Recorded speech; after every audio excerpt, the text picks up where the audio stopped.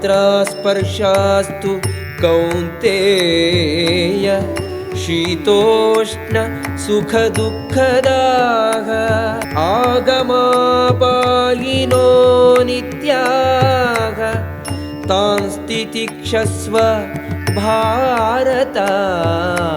కుంతీపుత్ర, సుఖదుఃఖముల తాత్కాలికమైన రాకయు కాలక్రమమున పోకయు శీత గ్రీష్మ అనుభవముల వంటివి. భరతవంశీయుడా, అవి ఇంద్రియానుభవం వలన కలుగుచుండును. ఎల్లవారును కలత పొందక వారిని సహింపవలెను.